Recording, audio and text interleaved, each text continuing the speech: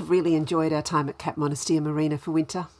It's been a wonderful experience, and we've loved being immersed in the sights and culture of Tunisia.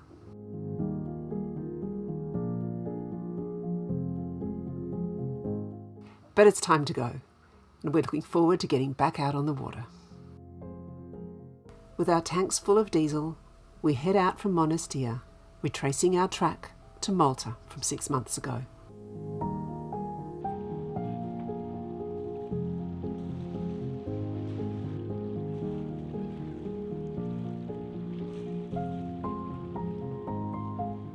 Knowing we'll have a long night ahead of us, we take turns to get a nap in the light conditions.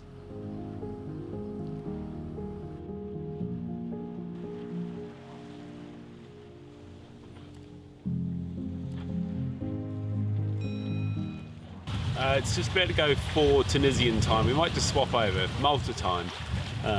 So not quite 5 p.m. And we've finally got some breeze in from the beam, about 7 knots. So we've got the code 0 in the main up, doing 5.5, 6 knots.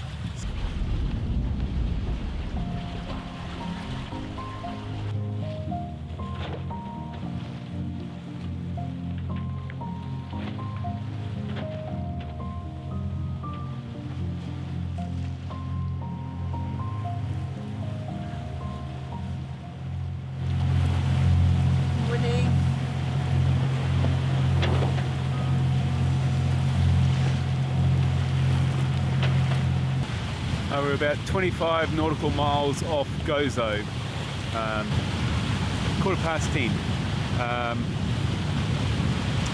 So I think we will be about 1 p.m. going through the gap between the islands, and plan is to go down towards Valletta, and I think I might try and see if I can pick up the mooring ball. If not, we will be in Ranilla Bay and see if we can get in there with no problem.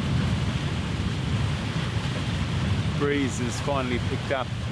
We've been motoring from midnight all the way through to just a bit after 9. Been motor sailing about an hour, and now this northerly breeze we were expecting is picked up. It's about 15 knots. So we're going along nicely with our code 0 at about 6.5.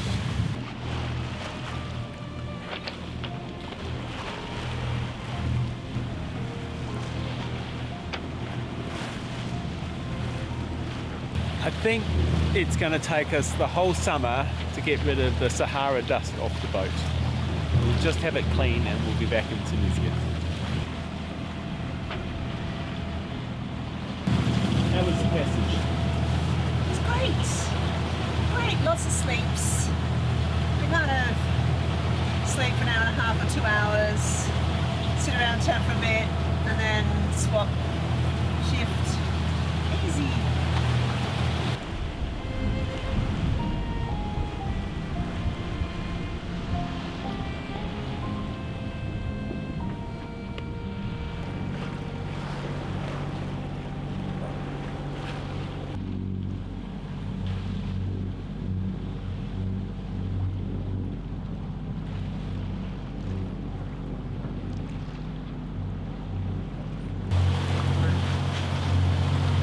We did it again.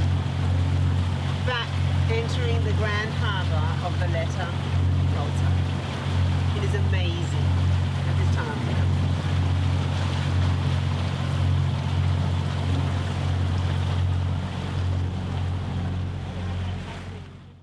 We join Kay and Lane on Mai Tai for our Anzac Day breakfast of pancakes, fruit, coffee and good company. Great idea. So I cut them out, then I glued on some plastic on the back. Just so that it, because they were so fragile, they were ridiculous. But I don't know. I thought I may as well. Yes. We've got to put one on the cameraman. She heard about the job through some contacts that she had and people she knew she liked, and so she's got an actual project she has to work on. I'm just going over to Kilcara to pick up some people. There's a couple of subscribers that have reached out to us, so that's very exciting for us. And they just ordered some pizza, so just going to pick them up in the bay just around, and we're going to watch the fireworks tonight. So there's some sort of fireworks festival going on at Valletta.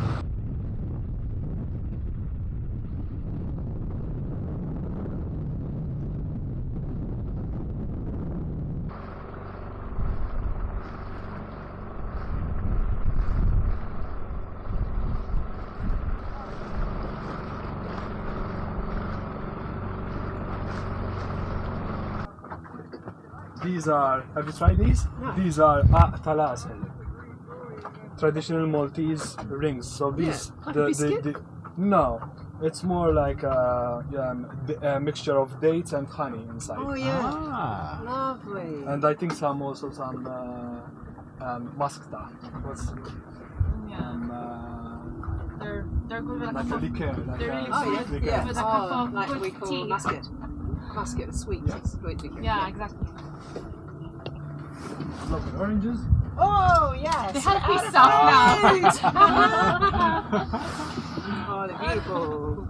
And that's it from this bag. Awesome. now. The next is the bag. Oh, what about? The next We thing you don't just put deserve all it. of Of this. course you do. Sorry. We don't deserve all of this.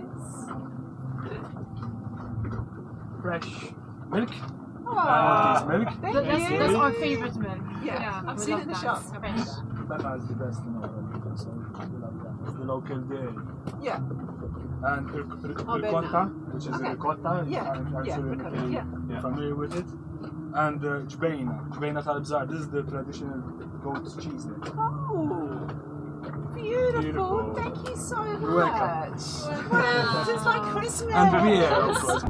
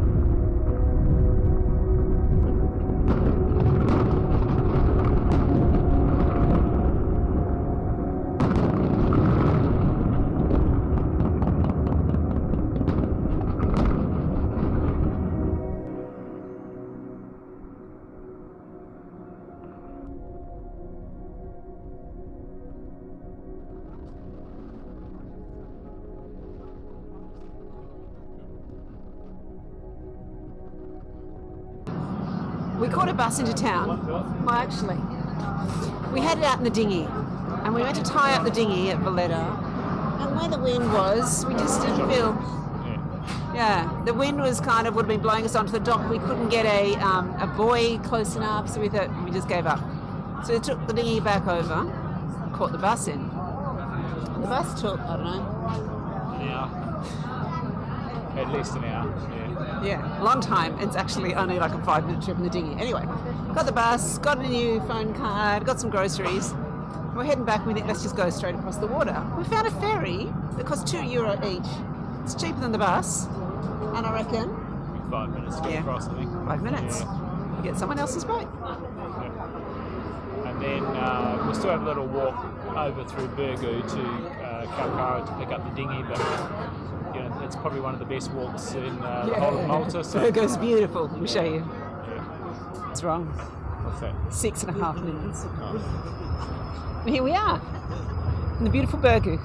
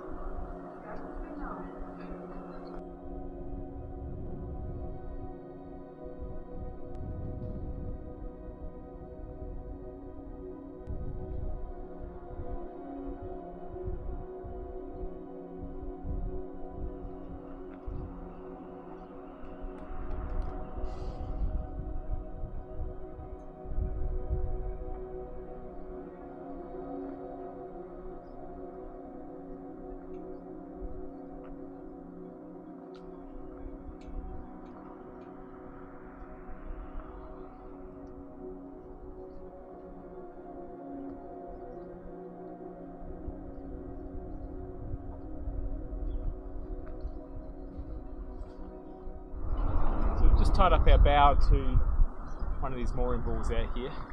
When we first came here last year, we looked at all these mooring balls and thought they must belong to somebody.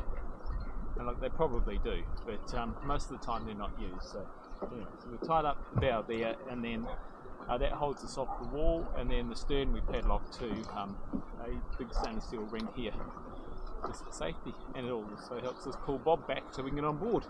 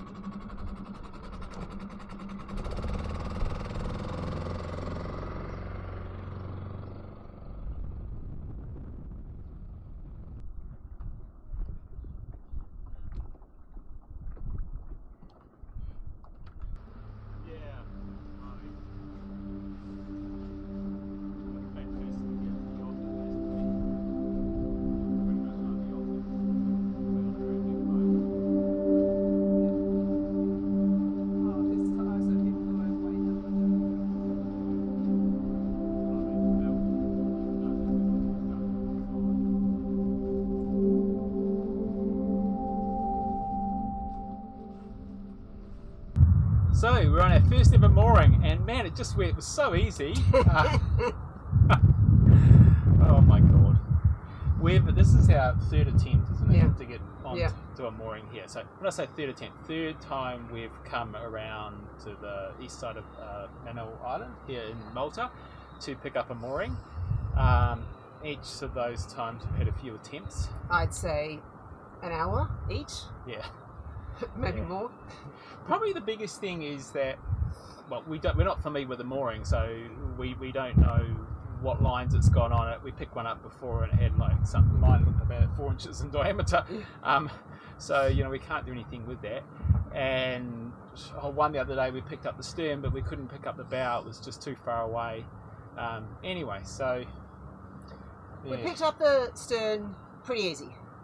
Swim platform goes down, you can stand right close to the water. That wasn't hard at all, we got that on. Yeah.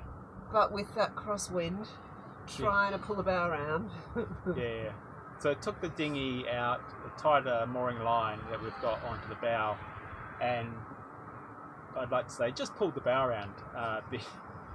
It's not that easy. But tip, not sure it'll work with your dinghy, but it's a far better tug in reverse than it is in forward. Don't know why, I'll have to think through the dynamics of that, but that's our learning tip for today.